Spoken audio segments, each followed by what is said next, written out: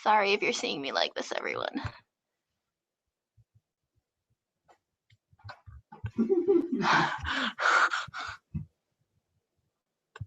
Alright, I'm gonna tweet this out. Is that started? Oh, No. okay. Alright.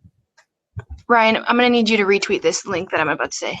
Is this okay? Am I retweeting this off the collective? Yeah, why don't you do that? Or you can just take the link and Oh, that's weird. okay. We're live. This is happening. Okay, it's on my I started it. Huh? Yeah, no, let's do Periscope as well, just in case people get Okay. just as a backup. If you wanted a backup, I could do a hardwire and set my camera up. Well, oh God. Here's the thing, is that I have a hard time uploading it from there. And this is like a live backup in case this one doesn't go. Okay. Yeah. I do 140 meg down in my house. Episode 1 and 2 are in the ether. I saw that. I'm gonna put it up in my nicely camera. It didn't work. Is this off? So this is off of your. Producer, this one I was logged in as. You stop blocking that Spurs scarf. You sit your ass down now. Ryan, can we turn off the fan just in case the background noise isn't as bad? We can. This is gonna get warm. Oh, Sure. We'll We'll just sit here. They all want to see us sweat anyway. Sweat and take our clothes off. Hi, where You are want you? to see what's underneath Paolo. Oh, got it. Hey! All right. Did Nicole get it? Let's see. Look who's all here. You don't need to grab. Ryan's only in the frame for. So we have hey guys, we have YouTube working right now, and then we've got Periscope. Pick your poison. I don't know who that person is. I wonder if he's a fan of the show or just a troll. It's my recent facial there, so I'm sorry. But look, I'll go with hipster. we got the Cascadia flag. Thanks, Ryan, for doing that. And then we got some scarves. Mostly covering up the Spurs. Because it's my damned room and I'm gonna hang up my Spurs because scarf. we put Ryan in charge of hanging Come up the on, scarves. you Spurs. Now's not the time. It is always the time. Ryan in charge of hanging up the scarves. The Spurs are on top, above the thorns even. So hello. Yeah, let me just go ahead and retweet the YouTube link if you guys want to do it. Do that, but it's on a bit of a delay. So we're joined by Ryan and I are joined by special guest Michael here, Michael L. White for Twitter. If you're following him, very big fan of his over at the Soccer Collective, right, Ryan? Mm-hmm. They are. So this week we have a few topics of discussion, but we'll start as always by I think doing the just the analysis of the games that we saw over the weekend. There's only 3, so it won't take too long. I think Thorns Chicago.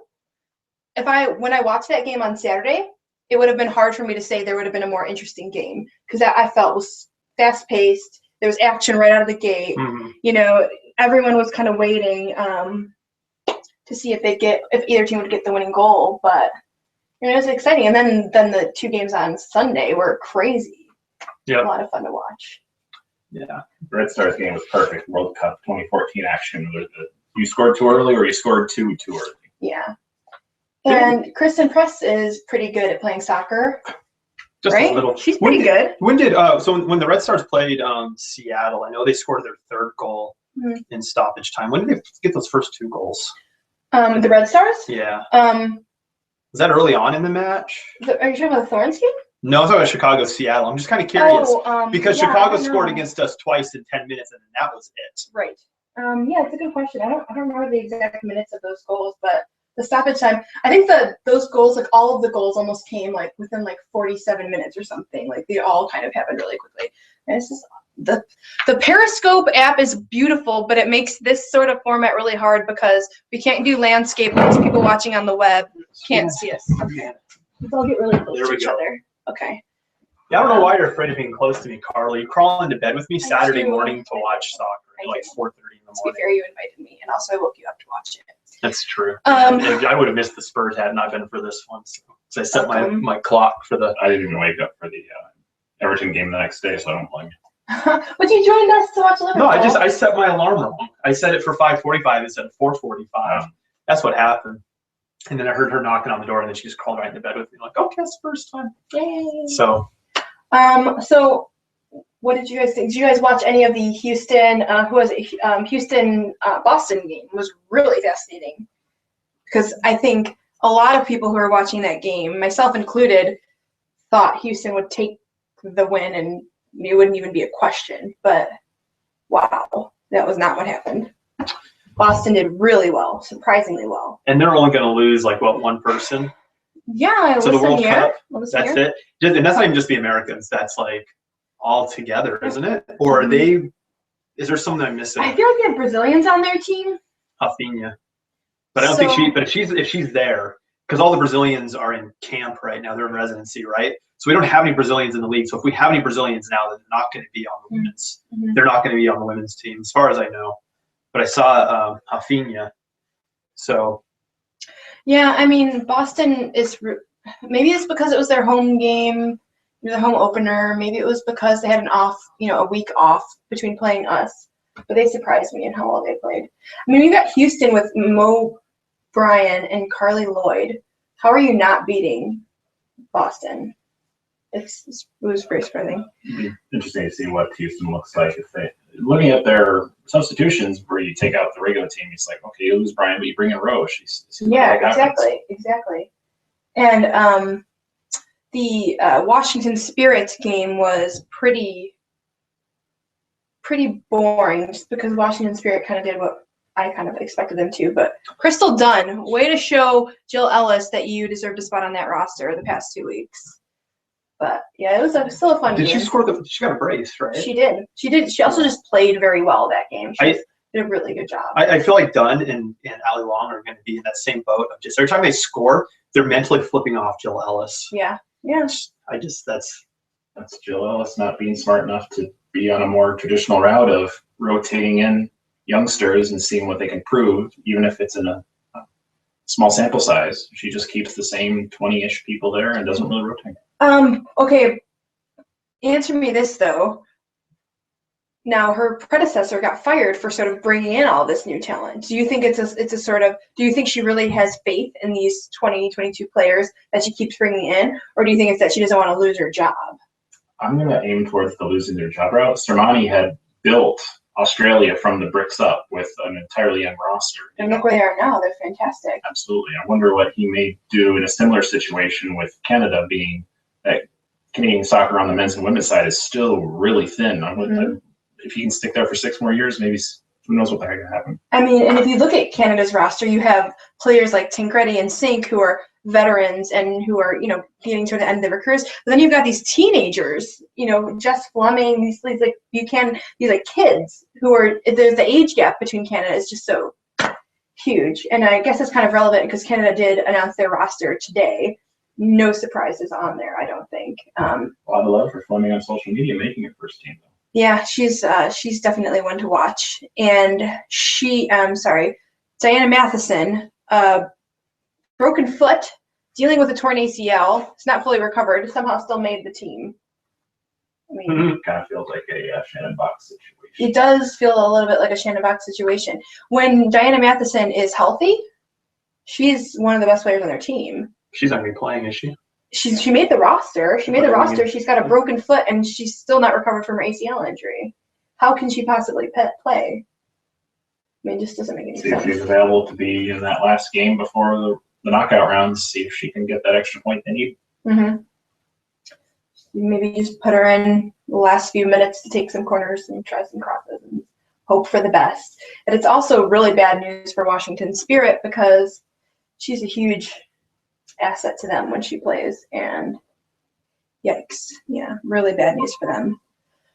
It's going to be very potentially weird. Okay, Nicole says her foot was apparently broken a month ago. I just heard about it yesterday, I want to say, maybe 2 days ago.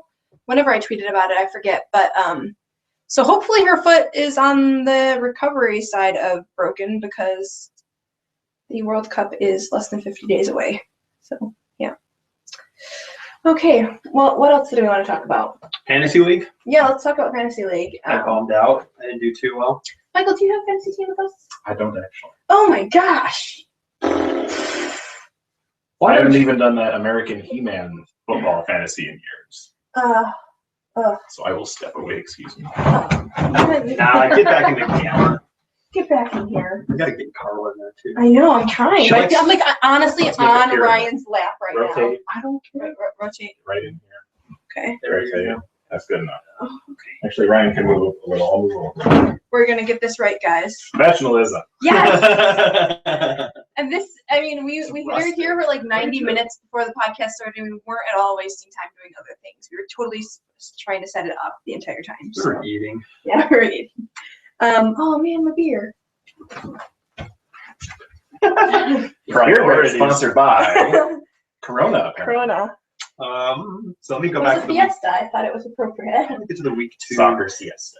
Let me get to week 2 on this thing. We're gonna take a look at Week 3 leader. Oh, there's nothing. Oh, say week 2 lineup. I actually. didn't want to. Yeah, go ahead. Oh, so in the fantasy league, so for week 2, I got 4 more points than I had on the first week. You're learning. I am. That's because my back line was solid. Yeah. Moros got me 8 points. Men just got me 8.5. Sauerbrunn got me 8.5. Excellent. Cat at half a point, but she was taken out early. Yeah. So The winner of week 2's fantasy league is Liz, who is the Blue Crew supporter and a very awesome person. Unfortunately, I reached out to her. She said she was busy this week with work, and I'm assuming if she had any advice, because the name of her team is something Kansas Chainsaw Massacre. Chainsaw Massacre, that she would say, and I don't mean to speak for you, Liz, if you're watching, but I think she would say, put Lauren Holiday in your roster. I think that would be her advice, based on the name of her roster. I would start with the copyright of that team name. Yes. put it on a shirt. Let's go to her. Let's go to her thing and just take a look and see who her players were, and we can kind of analyze the winner players. They go to Cascadia Soccer Collective. Boom. Okay. You can click on hers, and we'll be able to see her week 2 roster. And let's find out. Did she put in Holiday? She didn't put in Lauren Holiday. This and is take week- back this- everything I said. This is Week 2. 3. No. Oh, is it? Yep. Oh. This changes everything. So we now know who's on our Apparently lineup. this website needs some tinkering to make it a little more accessible. She didn't have a chainsaw in week 2 as well. So, Liz, your name of your group is misleading. The name of your group is misleading. That's fine. But let's take a look. Who's the player that got her the most points? Props for putting in Betos in goal. Love the Portland love.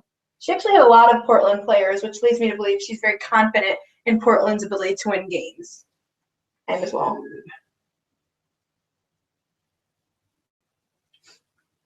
Just crash. It'll be interesting to see if we can actually get AO in time to actually be the decent striker we have in the current one striker formation he's using at home. I think that the goal was to get her by June or July, but then they have like the African Cup, or I'm getting that wrong. It's not the African Cup, but I think it's like some sort of qualifying or something that they have to do after. So it might even be later than that. So Nicole asked if what was your question? Let me find that tweet. Sorry, I'm trying to multitask.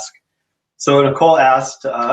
She did put in Betos when Anger played, but to be fair, she may have thought that. Yeah. I had Betos in too, but I had Barnhart on my bench. So if I had Betos in play, and Barnhart got me 7 points. Mm-hmm. So this is week 3. I'm not even sure I get to week 2 to be Here, I'm honest. gonna just look up our NWSL FL winner for week 2. Sorry.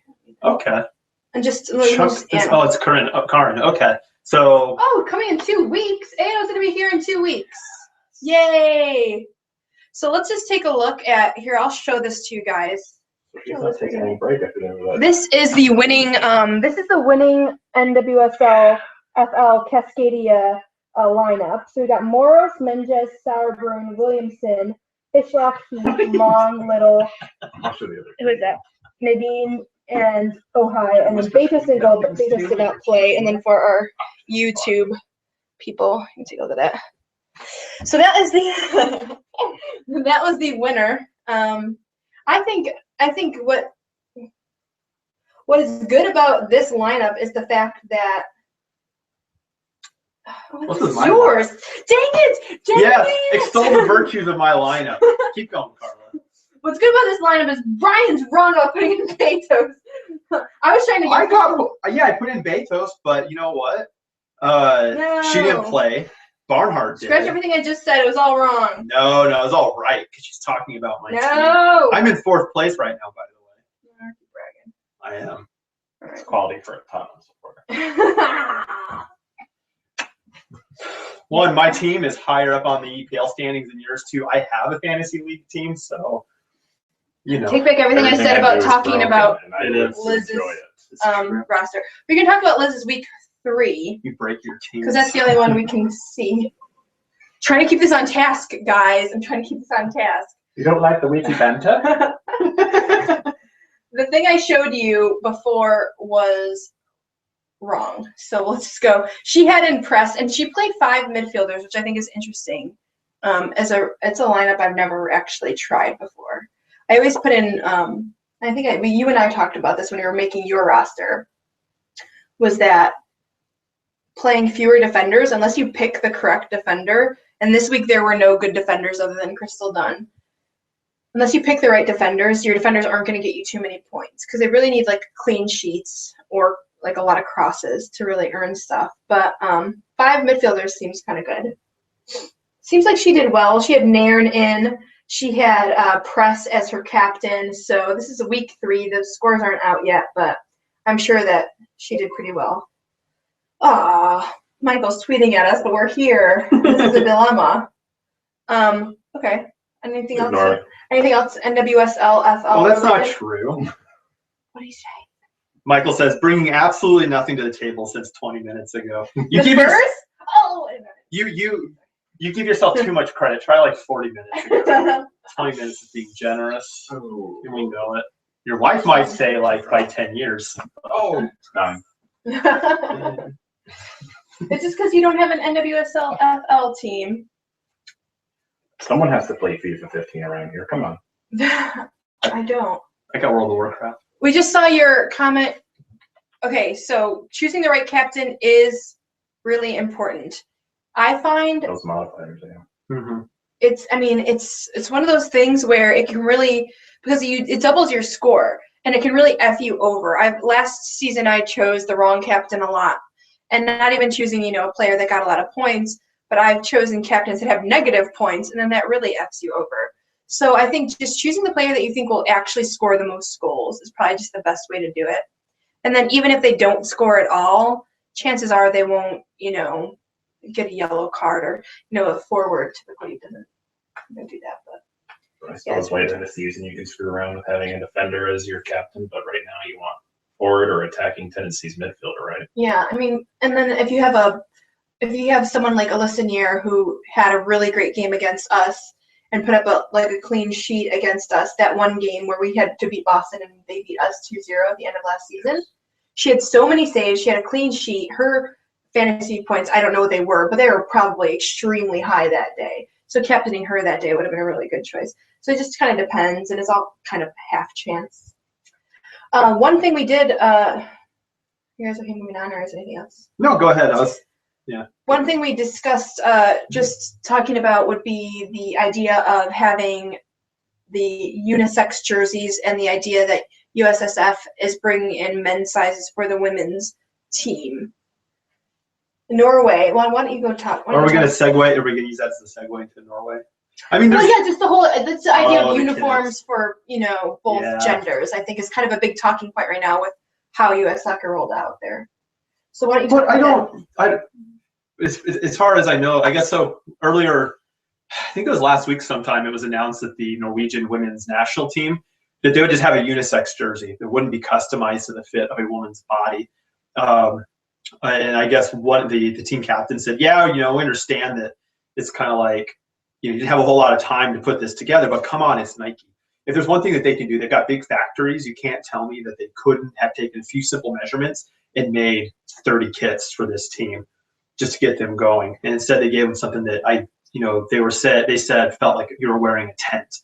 Yeah, and I mean, if you look at like videos from, a great example is I always think of Steven Gerrard in like 2003 with that like huge Liverpool jersey that's like hanging off him and it looks like a balloon. You've got to think that that really slows you down. Whereas you look at the World Cup uniforms and they're like skin tight. Those Puma kits are like legitimately skin tight. The Argentinian team, you could like see nipple the entire Uruguay. games. Yeah, or Uruguay.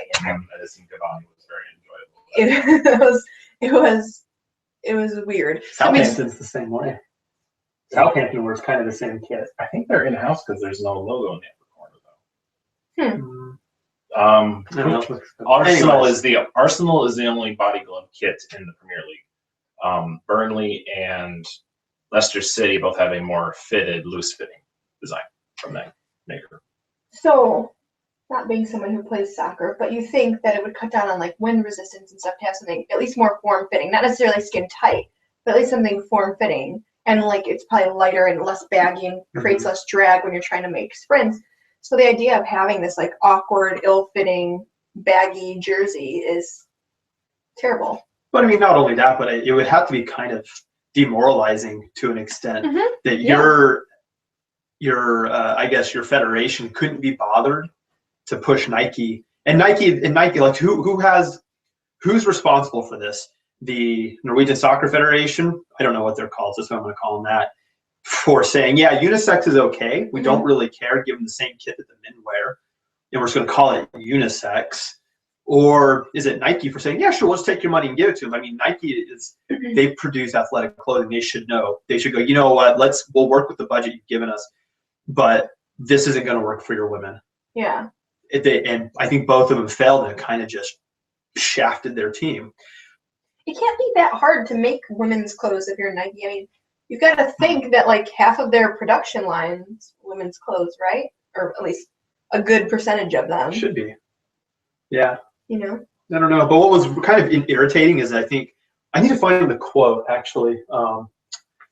Let's see. What did I do with it? 1 second. There it is. Okay. So actually I printed this off from The Guardian and I found a couple other news sources, but the quote at the end of it. Okay, so this is so the head of marketing for the women's team says, in an ideal world, we would have a strip tailored for women by now, but it takes time to get the partnership working and to get women's kits sewn. This is Nike. They've got people in factories doing this really quick. They can mass produce, so this is a bullshit excuse. And then here's the thing that really kind of just killed me. The World Cup will be the only tournament without tailored kits for the women. This thing happens for like every 4 years. Presumably, when you go play at the World Cup, even you win, and if you win, the better you do, the more money that your team can get. And they're so like flippant about it as to say this will be the only tournament without tailored kits. Like, it's just who cares? It's the only one. It's just the World Cup. Was that a Nike quote, or was that so Norway? I didn't really know. It was last time Norway made the round of 16 in the men's. I couldn't remember. They did. That's the thing. Norway's men's team is in 70th. They're ranked 70th in the world, and their women's team is ranked 11th. It's the reverse situation, kind of almost the reverse. With the 95 World Cup under their backs, they should be a legacy and automatically be in the top of the list to get a decent damn kit. Absolutely. That's the thing, is that it's not some random team. This is like a team that has some serious legacy. Even drop them down a peg in the Nike order. Umbro is still owned by Nike. Umbro is doing the kits for a number of UK teams as well as Canada. Just drop them into that category. They're going to be fine. I mean, how hard could it be for Nike to produce just a standard kit like what they did for the NWSL the last 2 seasons? Okay, here's a better question. You're an executive for Nike. There's going to be a lot of people watching this Women's World Cup on television, especially in America because it's in Canada. You want your product to look like that on national television? You like, honestly, you want to see your little swoosh represented on things that look like tents on these girls? No, you don't. So why wouldn't you try to work out some sort of better deal just to make it look less disgusting? Too busy designing the 2016 fourth game of the year away jerseys for Oregon football. That's what it is. So Nicole says that this is absolute bullshit. It's not like they're using some obscure brand that doesn't make women's kits. Exactly. I think that's exactly to the point we're trying to speak to, is that they have it's not like they have to build the machines that make the women's kits from scratch. They have all this infrastructure. They just need to do it. It's very true. I think maybe Norway just didn't want to pay out, and Nike didn't give two shits. It's like if they. I don't think the blame is on either. I think it's a failure on both. Yeah, failure on both. Exactly. Yes. Yeah, and it's a shame. Though on the bright side, love or hate the new U.S. national team kits. Love or hate them. Apparently Nike sold Umbro in 2012. Huh. Okay. Well, what was I going to say? Oh, love or hate the new white and black kits. Honestly, and I could have opinions either way, but the fact that they're being sold for men is huge. I mean, I know you two, for example, if they weren't like insanely expensive, and like half the people we go to soccer games with would be interested in buying them, but the fact that they're only made in women's sizes for the past 20 years is kind of ridiculous. So I did not know that. Yeah. Yeah, I don't know. I've only been following this for like a year now. So. I mean, it's just kind of ridiculous to think that, I mean, there are two very distinct differences between the men's and women's jersey, and sure, they look for the most part very much alike. But if you're a fan of the women's team, you know what those two differences are, and you want them on the jersey that you buy. Well, I know there's some backlash over the fact that there's just not much to those kits. They're white, black, and have, I'm just going to say it, rave green trim. I don't care what Nike wants to call that bullshit. They want to call that Volt, but I see that green and I just think fucking flounders. Sorry, I'm still kind of hurt over yesterday. But I just see rave green. I just didn't know when our flag went monochrome, so. Yeah, and it's and what I found interesting about the kits, and in a good way, is that wait, so this kit's not going to be made for. Correct. That's interesting. I was wondering that because I was seeing stuff kind of like that, but it was the men will get design time. The women will not. That's bizarre. Is that the reason they're making it for men? Because there's not going to be the option to just get the men's size in it? You think? You think that's the reasoning behind it? Yeah. So it's not we want everyone to be fans of this women's team. It's just you're not. You got to limit the hate mail. Yeah. Wow. That makes me want to take back the things that I just said.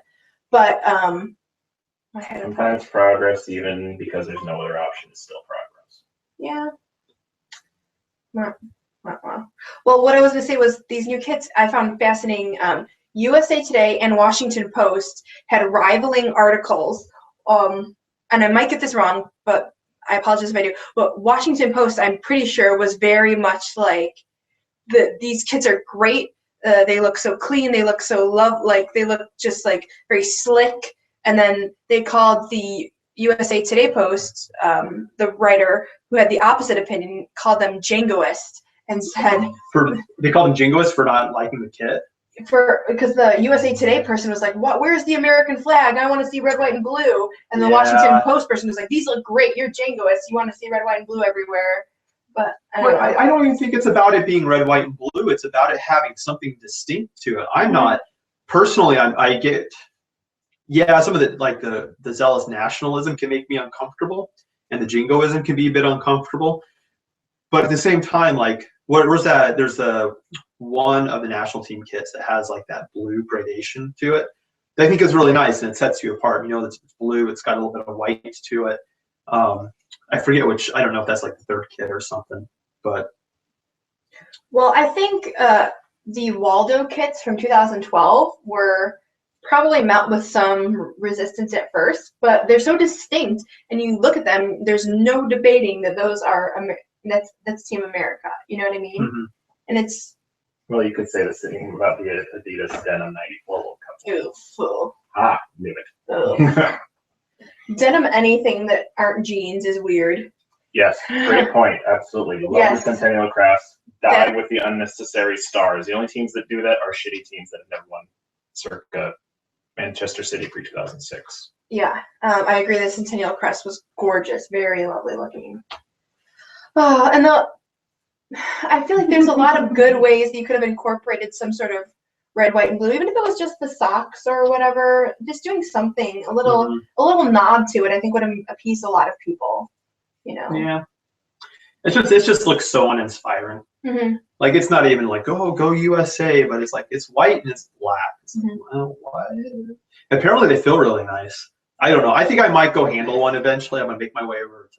I don't doubt that they perform on an athletic level very well. I'm sure that they are, whatever the the wording that they use. They're Probably breathable and whatever. Probably their Pro Combat series brought to soccer form. And what is the distinction in that series? You know, just the thinnest material, most moisture wicking. That's what it is every time you see it. It's the thinnest material, breathable, blah blah blah. So I'm sure they function great as actual soccer kits, and that's what's important.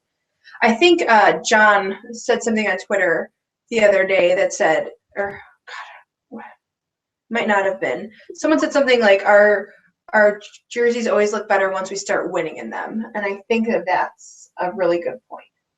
What happened? Rachel says, "You look into the camera. I feel as though you can see me." Because we can. Which camera, though, Rachel? This is the problem. She told me to sit straight up with my goddamn mother. You. Which one? We have two cameras going.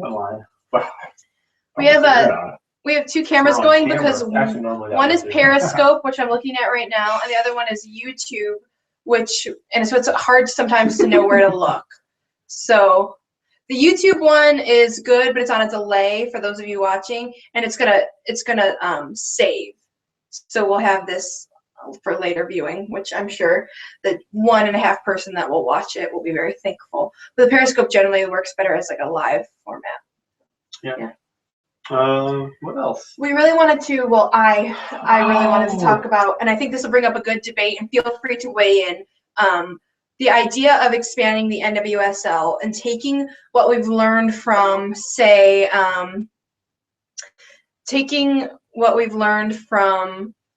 the friendlies and other competition in the United States and the attendance from that, and taking what we've learned from former leagues, from MUSA and from WPS, where would the best expansion team be? And I think that there's so many right answers to this. But there's also, I think, a few wrong answers to it. And that's what's important because, I don't know. Yeah, I think it's complicated. We were discussing this earlier. If you look at the current NWSL setup and you look at the cities that they're in, you've got 2 cities with MLS affiliated franchises. You have 2 cities with MLS affiliated franchises, us and Houston, but they're completely different in terms of attendance and support. They're almost like opposites. So, it's like obviously having an MLS affiliated team isn't the surefire answer to success. You've got Seattle Reign, who are in the city that's like in a distant second to Soccer City. I don't care what they say. I think they got a good soccer culture, but they don't support their women's team. So having 2 teams, having an NWSL team and an MLS team in the same city, even if they're unaffiliated, doesn't guarantee success. And you got the Washington Spirit, who are in an area without an MLS team. The closest you get is DC United, but they're actually doing really well attendance-wise. Yeah, I agree. RSL, Karen's bringing this up, is definitely, I think, in the top 3 of a good option.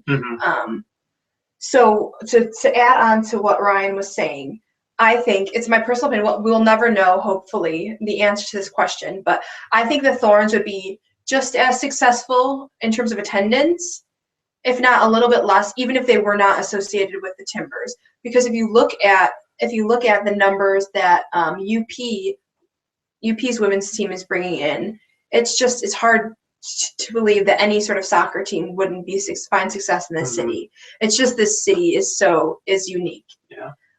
So Houston, I mean, good for them for trying, and they're obviously really trying to help out the Dash, but I don't know.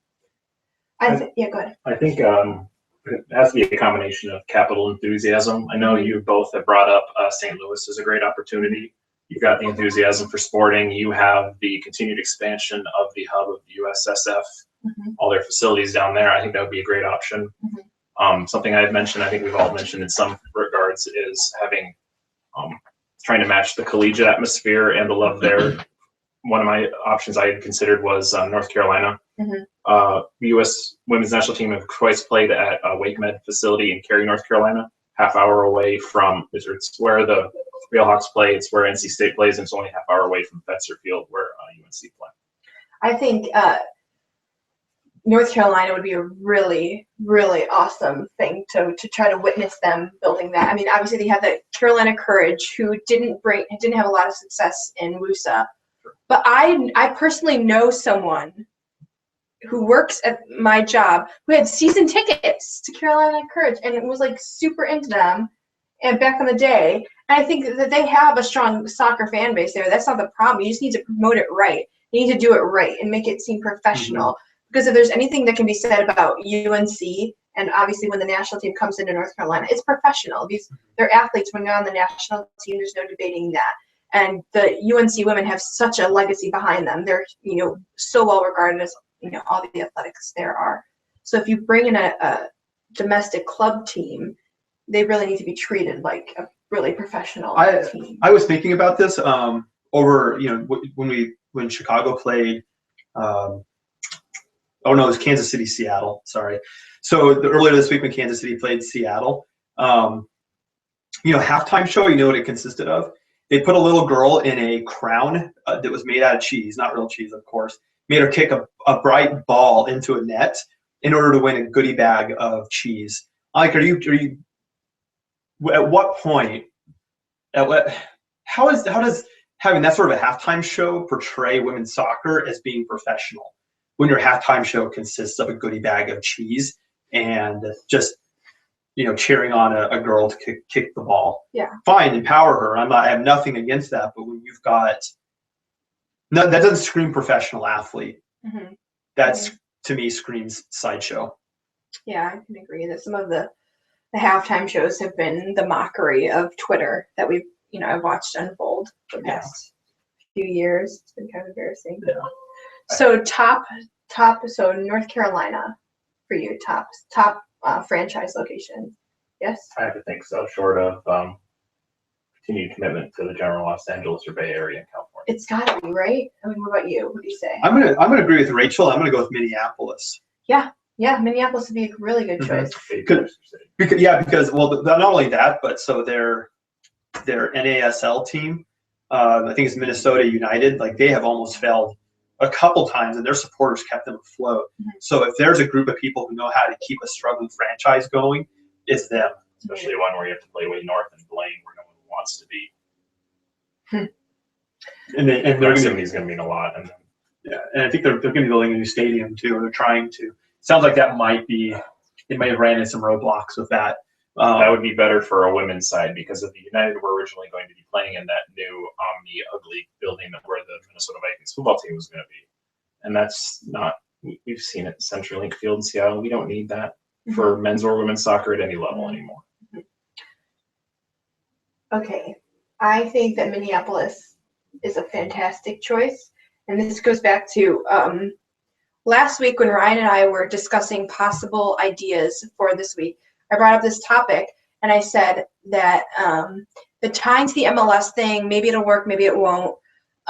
Bring in legacy or big cities like Chicago and Boston, maybe it'll work, maybe it won't. Clearly it's not working as well in Boston.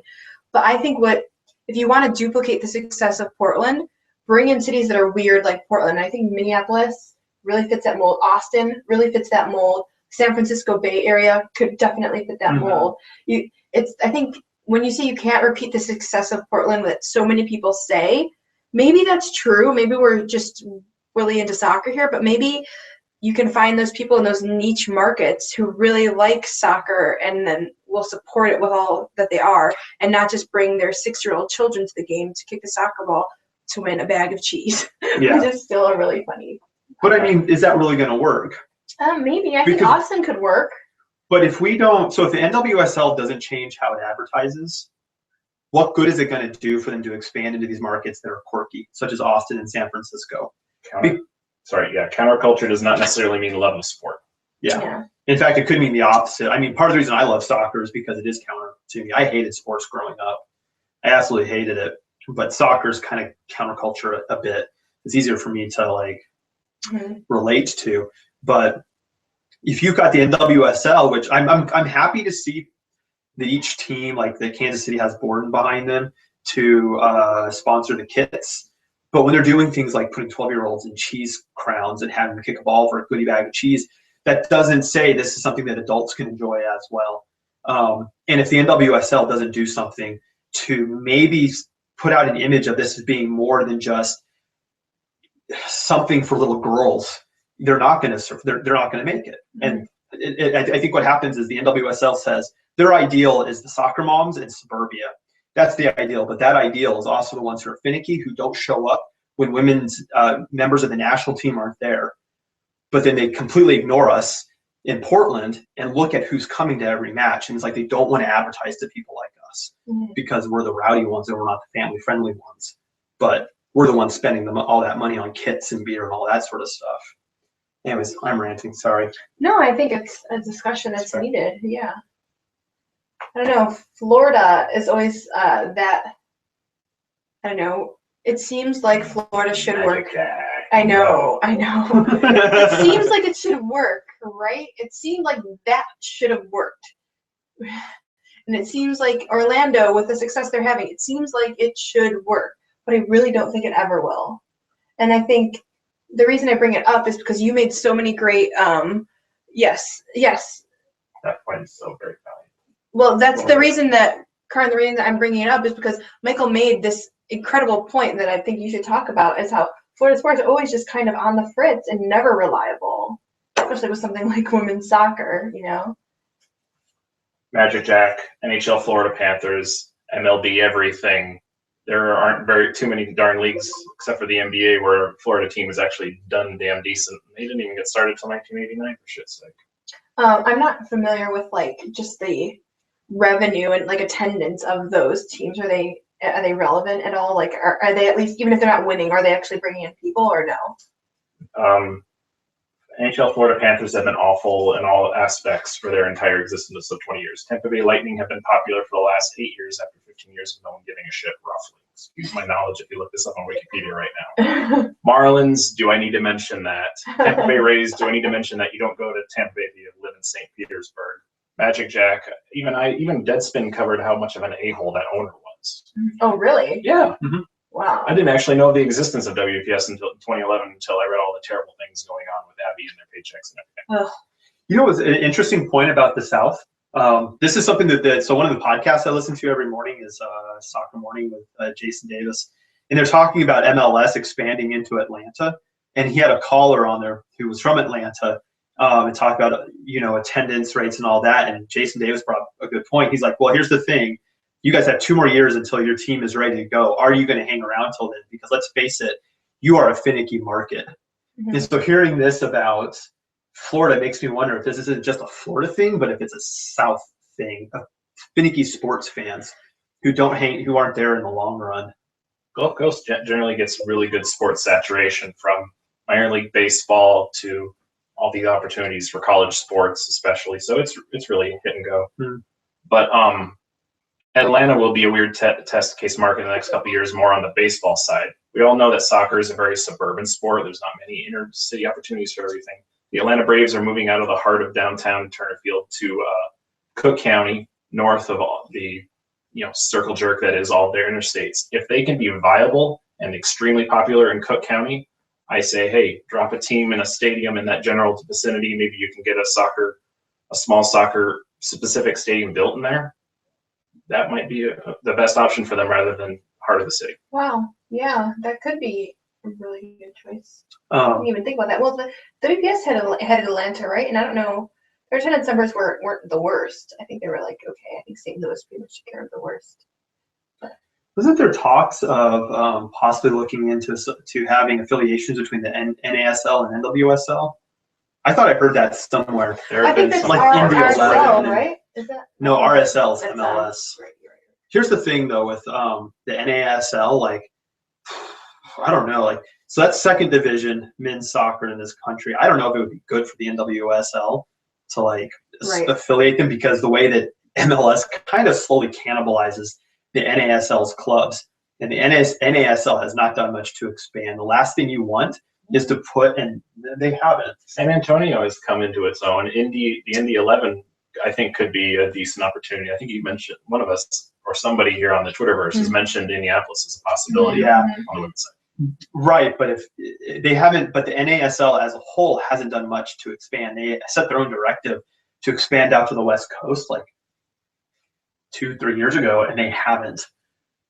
And they've got 2 clubs so far. They're going to get cannibalized by MLS, so Minneapolis, or Minnesota FC, and then there's the Atlanta Silverbacks, who I hope they can survive. I don't want to see the NASL go down because MLS plops a team into their backyard, but it could happen. And if the NASL gets financially stretched enough, what's the first thing that's likely to go if they have a women's affiliated team or a women's team? Mm-hmm.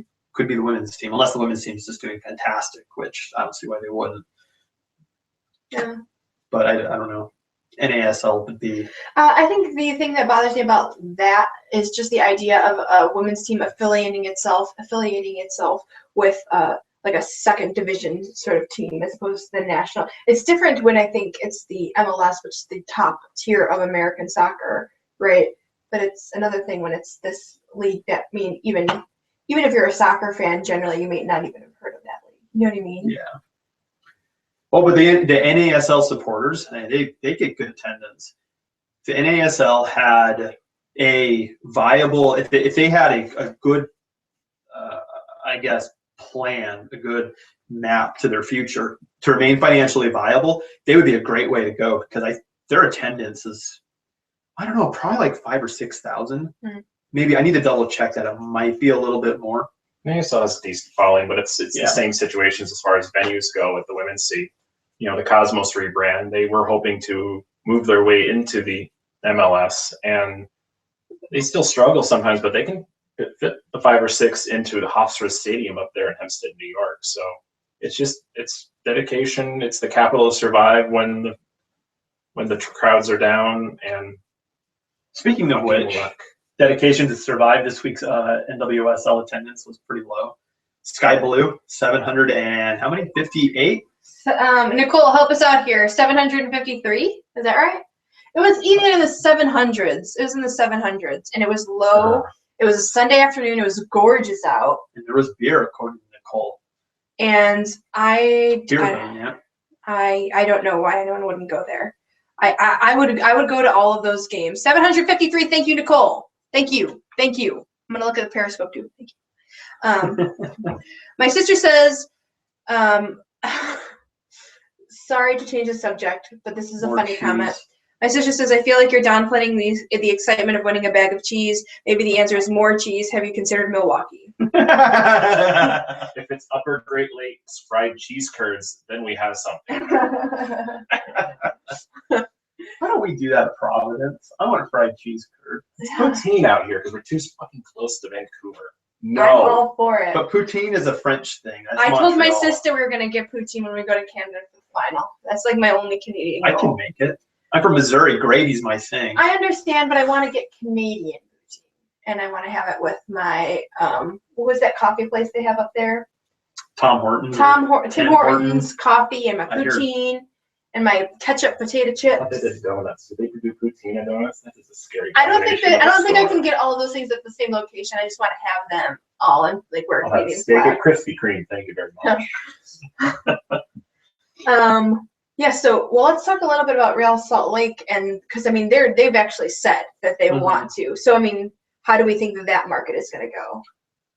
I mean that seems like if the league survives and is strong enough to accept more franchises, then RSL could potentially be one of the next ones. I've learned to never doubt the power of special underwear. So they already have a USL club that's in existence. That's Real a big Monarchs. thing.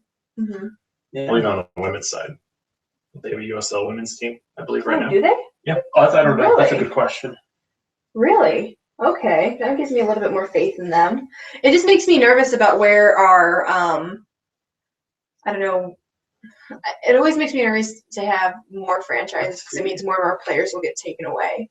And that was so scary when Houston Dash took Becky Edwards and Montasham. I don't know if you can be a legitimate lower league if you don't have at least 12 going on. This 8-9 thing, it feels like a baby league, like those fourth-rate hockey leagues that aren't going to survive more than 4 years. Yeah, I definitely agree that we do need more. I just wish they wouldn't take our players. It's founded 2008. So wait. Women's Premier Soccer League. WPSL, of course. Okay. No. Wait. WPSL was the iteration between WPS and WPSL, correct? Yeah. Salt Lake women. That's when Alex Morgan played for Seattle. Yeah, you can't trust those Wikipedia pages. There are still second-tier women's teams that have their sites up, and then you go click on their official URL, and they don't exist anymore. Houston Aces, University of Utah. Okay, so this is a whole new world of women's soccer that I did not know existed. So now I'm wondering, how are they able to keep? Oh, sorry, go ahead. That's the reason Seattle isn't Seattle Sounders women is because they have this thing, right? They have the Seattle Sounders women. The W League, yeah. Yeah. Yeah, but are there any national team I need players? Sarah Durkin to tell us about all the terrible things that happened in that league, especially regarding the Caps and the Sounders organizations. What do you mean by that, Conrad? NWSL teams and others have required a waiver? Because you need more than 10. Is that right? More than 10 yes, to require Oh, okay. to be official league. Yeah, I mean, we'll get there. We'll get there. If things stay strong after the Olympics, I think we'll get there. Because after in the 2017 season, that's when we'll really pick up steam, hopefully, because USA will have just won the World Cup, yes, and we'll have that popularity back in our backyard. And then after the Olympics, all those national team players will be playing. I think so maybe then we'll have 12. That's the question. What do we do? What is the Soccer Federation? What is NWSL going to do in 16? They're going to start the season in March and just end it, so that that would be worthless because the camps would start before the August games would start. Yeah, 16 is going to suck as bad as 15 is. I think it's going to suck worse, and this is the thing that I try to talk to this topic about, with soccer people, and I feel like everyone is so concerned about this season, and I get that. But next season is going to be so much worse. You don't understand. The Olympics are in August. That means that the camp is going to start in June. You know what I mean? And unless they fly them in specifically for games, but that's the playoffs. So we're talking about the playoffs they're going to be gone for. It's bad. FIFA, please save us. U25, U23 rule in the World Cup, similar to the men. It would really make next year's season. What rule is that? The men have, I believe, a U23 rule when it comes to the Olympic competitions, with a waiver for one or two of a couple anyway. Players above that age to still get time. Give the Harry Kanes of the world an opportunity to not rot on the bench. Okay. So I think that could be a good idea, especially since the player pools for national teams are national teams are expanding for women. It maybe wasn't an option a few years ago to even think about it, because other than the United States and maybe a few other countries, the player pool just wasn't big enough. But now I think the player pools are widening for these countries, that it could be an option.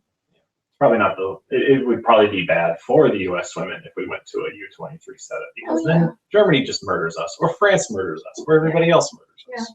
And to be honest, we win the Olympics very often. To the point it's like, how can we not win the World Cup this often? Why do we keep winning the Olympic gold medal? Yeah. But yeah, whatever. I think you just need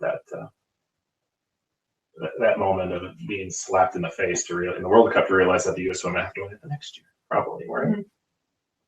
I think that's exactly what it is. It's exactly what it is. I mean, it's what has happened. Germany didn't qualify in 2012 for the Olympics? Really? The women or the men? No. The women did. No, I'm going to be wrong. I don't know. I'm asking. We await your knowledge. We await your knowledge. Tell us. Oh, really? Really? The women's. Huh. Oh, Nicole brings up a good. Oh, yeah, okay. She brought up a question. If Ellis doesn't win the Women's World Cup, will she keep her job? Do we want her to keep her job? Do you want her to keep her job? I think that's the real question. Who wants her to keep her job? I mean, okay, well, first of all, does she even do a job? The answer is she answers questions for U.S. Soccer's YouTube page and does post-game interviews, but she really is mostly just locked in her coat. I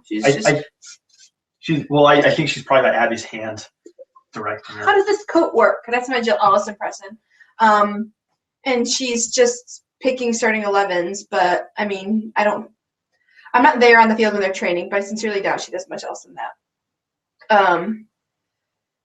Yeah, I agree. She should be out. but I don't know who would replace her. That's always the question, isn't it? Yeah, I don't know who would replace her. That's beyond my expertise. I wouldn't have guessed that she would be the coach when Tom Sermanni got fired, if that is any indication of how much I don't know about her. Maybe they bring in someone who's less likely to, who's more likely to choose less known players. Because I think the one advantage that the NWSL is going to have, or that with a lot of the national team players gone, is that we're going to, the Mona Shims and the Sinead Farleys are going to have a chance to shine. Mm-hmm. And yeah, I don't know what I was going to say. Sorry, I had a lot of momentum going into that sentence, and then it all fell down. I was going to start talking. Sorry. I didn't do it. Since this is the Cascadia Soccer Collective show, I think we should talk about something that broke my heart personally. Timbers lost to the Sounders last night. That was terrible. We could definitely talk about that. But a real quick aside of Megan Rapinoe at that game like an effing jerk. Well, here's my response to that. Censoring myself in case there are children watching. Okay. Include a lot more swear words in that sentence. My response to that when it came out that Rapinoe was out leading the ECS for the bonfire chant was, she was just excited to finally be seen by more than 2,000 Seattleites at a soccer stadium. So true. I think that's exactly what it was. And all of a sudden, I bet most of the people in the ECS were looking at Megan just going, who the hell is that? Exactly. I bet you anything that they were. They genuinely probably did not even know that who she was, which is sad, because if she were to come into Portland, everyone would know who she was. Ugh, well, because in Seattle, if it's not bankrolled by Microsoft, they just don't care. Ugh. Oh yeah. She did sell her soul. But there's that whole video of her like hanging around Portland in the coffee shops and looking all Portlandy in her yoga pants. Until she got taken by the rain, she was very Portland. I hated her interview after the USA selection show. It was just full of pomp and horseshit. Wait, what was that? We all have our reservations about how old that darn team was, and then you trot her out for an interview, just saying, "I'm excited. I'm excited for another World Cup situation." I don't understand. Yeah, but she sold out, and she has sold out to a team who plays in a stadium that looks like it belongs on the set of Saw. You like using the bathroom, you're afraid you're going to come out with tetanus, pink eye, and God knows what else. It's gross. A case of the shills. I just think of rejected Friday Night Lights sets when I see that at Memorial Stadium. So true. Yeah, I have this picture of Megan Rapinoe. That's my favorite picture of Megan Rapinoe. But I can't find it. I think if Megan Rapinoe played in Portland, if Alex Morgan and Tobin Heath weren't best friends and Megan Rapinoe played in Portland like she was supposed to, she would be a god here. She would she would love it here. But would we want someone in our team who would switch allegiances so quickly like that? No. I mean, yes. I would have said yes. Though. I would have said yes 2 years ago. I would have said yes with an exclamation point at the end of it. Did you see Don's question? No, what was it? But don't we want players who are all in for their team? Yes, she except would for have been all in. My point is that she would have been all in if she would have gotten taken instead of Tobin Heath. That's my point. Good sir, what if we have a team in Boise? Do we want someone all in Idaho? I don't. Donita. And now Nicole's asking the same thing. And she would lead the Timbers in chance too. Yeah, but I don't deal in conditional like if this then that, because what we have is reality, and she decided to lead Potato Queens. What does Potato Queens mean? I have no clue. Because I said, do we really want someone to be all in a team if they play in Boise? If Boise had an NWSL team, we would go from having little girls in cheese curd crowns to potato caps. And could you imagine the halftime show for an NWSL team in Boise? It's like, kick the potato into the net and earn a potato sack. I'm just going to stop right here because the halftime show for an NWSL game in Boise would clearly be hot potato. He didn't think it through. So I'm going to interject. I'm just thinking of burlap potato sack that you would have to empty out. How many ways can you cook a potato? And then you would have what is it called? Potato sack hop? Potato. You can't see this. I don't know why I'm showing it to you. Potato kicking contest. Yes, Nicole. It may just be me and or my wife's Stereotypes. love, but we just need more teams where Portlanders can have easy access to terrible signs. Rachel and I went to college in Spokane. It's going to be Breaking Bad and meth references all day long. Let's think Yeah, about baby blue. Oh, here we go. My last Thorns. name is White too. It's like all reference. I'll change the facial. So Nicole said, Thorns need drunk adults playing bubble soccer. Yes. We do. At No, halftime, what It we doesn't need- even need to be at halftime. That's the thing. It could just be whenever. It could No, be right no. now. What we It could be. need, I'm kind of drunk right now. donations to do it at halftime. we need drunk adults on unicycles because that is Portland. Playing bagpipes while dressed as Darth Vader. Heck with that guy. No. And we stole Portland Weird from Austin. We just need to stop that. Yeah. Nip that horse in the bud. Keep Portland soccery. Bubble soccers, Karin? Bubble soccer things? Unicycles. Unicycles are I bubble hope. soccer things. Bubble, foot golf on trampolines. Nicole, you've won. We can go home. You Sorry. broke the podcast. Yeah, we're done, Nicole. we're done. We're done. But I agree that would be awesome. Thank you, Nicole, for being our on-air fact checker. And And also the Trampoline. oh my gosh, that was That's so much I fun. love that. Bubble soccer. I think she has 4. Oh, okay. Okay, so that's how we're gonna do our next podcast. It's gonna be bubble soccer. It's gonna be bubble soccer. Ryan and I talking to each other. And if you think we have microphone issues now, just wait for when we're in bubble. volunteers for bubble soccer. We will get these people in CBS-style blazers with giant microphones in their hand and see what the heck happens. Yeah, it'll be fun. You can roll us down a hill. Yay! Down Markham Hill or something. Or Down Selman. Yeah. down the hill from OHSU. There we go. We have our on location podcast. We can put go cans into the bubbles. There's a slight hill at Crothers Park there at the edge of the tram. It's really down there. It's safer. Good.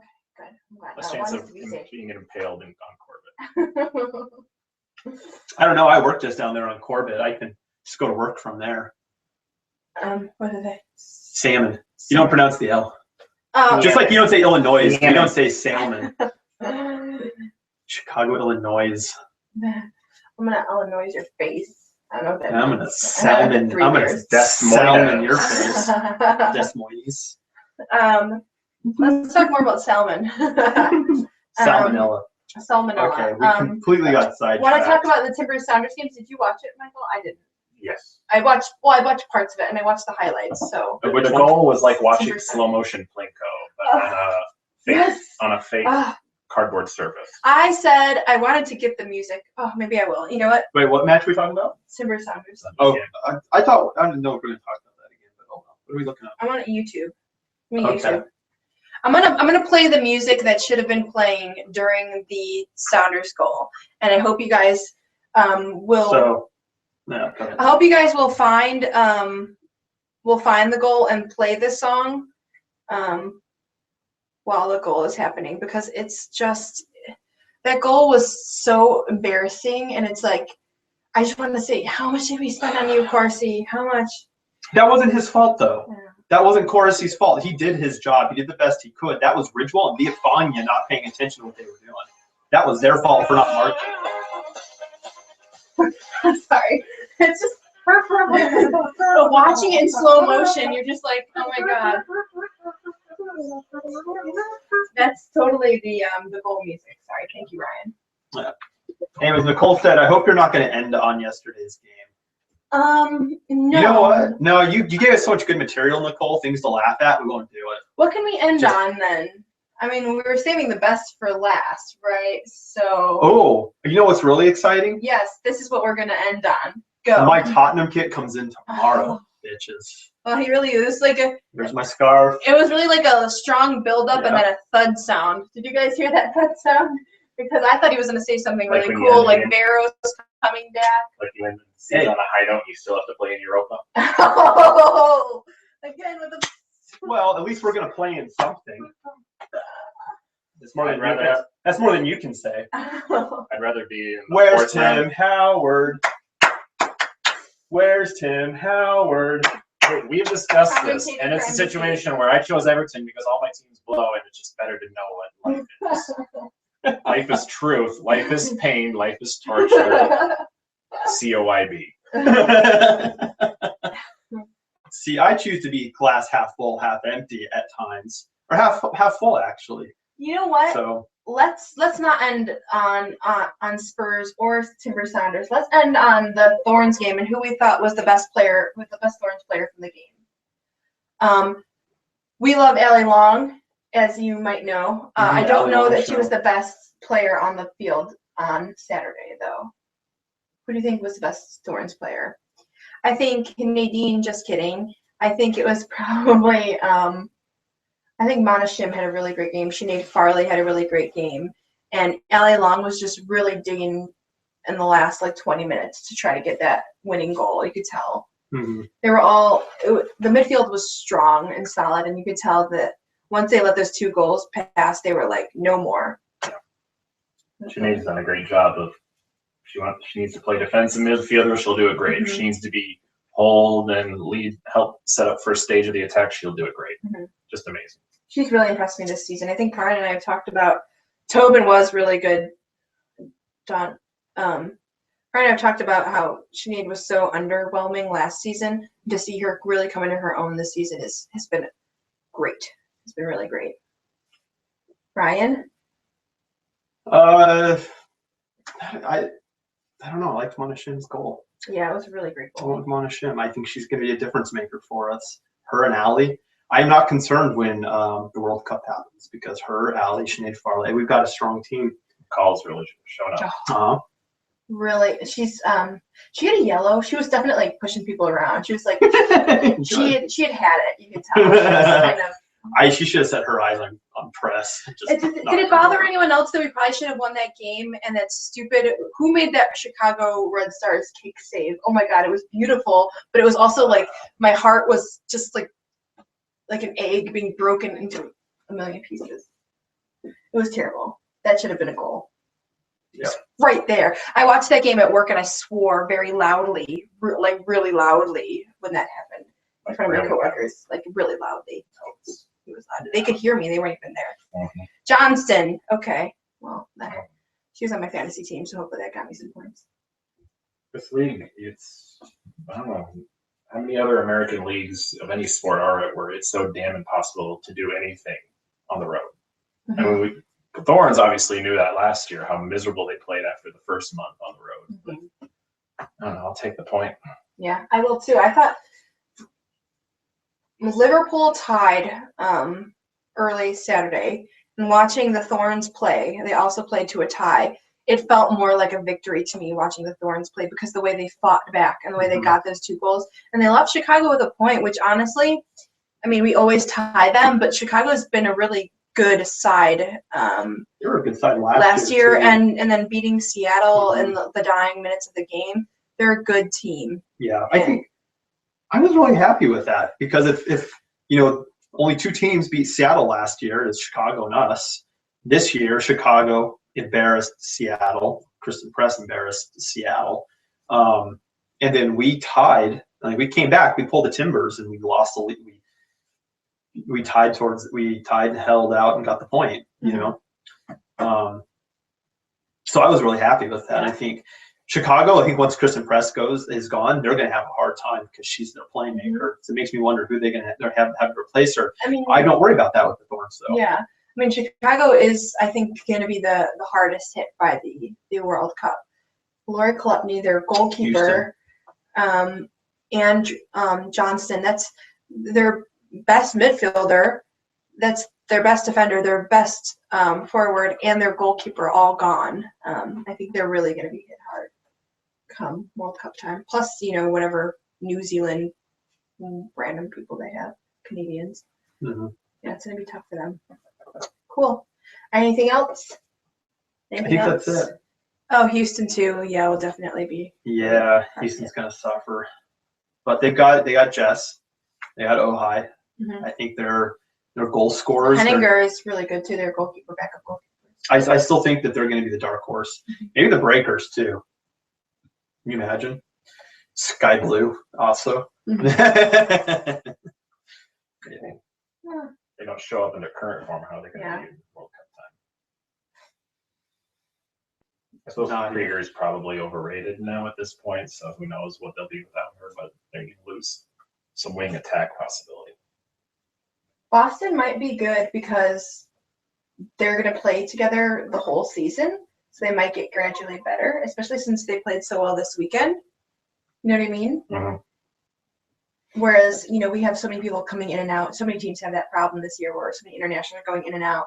Boston's got their whole team, essentially, besides Ellis and Yer, together.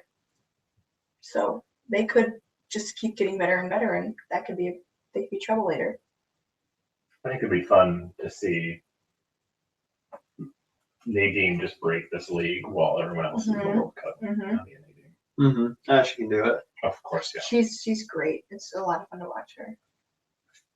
So one more thing that Nicole brought up is a tweet from Nicole. No, who's that? I don't know that name. 8675309. Pino can play for Mexico for all I care. She can flip us off and say, fuck you, Portland. If it gets butts in the seats for Woso, I'm in. That's fine. You know what? If she brings people in, but those people need to stay. That's the thing. We can't just have the members of the national team bringing in those people into the seats. A 2-week surge and then it just rots. Yeah. So let her. But we're still going to hate on her because this is what we do in Portland. There's no rationality behind it. It just is. Fandom is irrational by itself. It's tough because she's such a Portland-made athlete, and the fact that she's gone to our biggest rivals is depressing. Well, sometimes you got to separate program from city. Yeah. Like, who really wants to play American football in Lincoln, Nebraska, or this or that? The program draws, the coach draws. Excuse me, I said, I went too far on that one. Oh. She's a good coach. She's good at making decisions. I mean, obviously, from the success rate that they had going from season 1 to season 2. But I don't know. She has the smile success rate of Jose Mourinho, though, when it comes to getting anywhere involved in an interview or on the field. Yeah. Oh, but Jose Mourinho is so much more entertaining to watch. Well, he'll annoy and play with everybody that interviews or talks to him. Anytime he breathes heavily or says a syllable, it's like national news to me. It's because he says so much funny shit. Like when the Arsenal fans are accusing him of a boring game, he's like, what's boring? Going 10 years without a trophy. Oh, Mourinho. That's something we can all agree on. We hate Chelsea and Arsenal. 10 years without a trophy. Excuse me. I didn't hear a damn thing you said. He was making fun of me, not you. The red side of the Liverpoolians. So funny. On that note. On that bitter note. Let's excited to see who's going to win our NWSL FL this week. Hopefully someone we can get on the show. Yeah, maybe it will be. I don't know. I'm Captain Kristen Press, so we'll see. Someone cracked Captain Crystal Dunn, then they definitely won. All right, thanks, guys. Bye. Night. I don't know how to stop it. Brian, make it stop. What is this world? Twisted? That's staying on. I haven't stopped this one yet.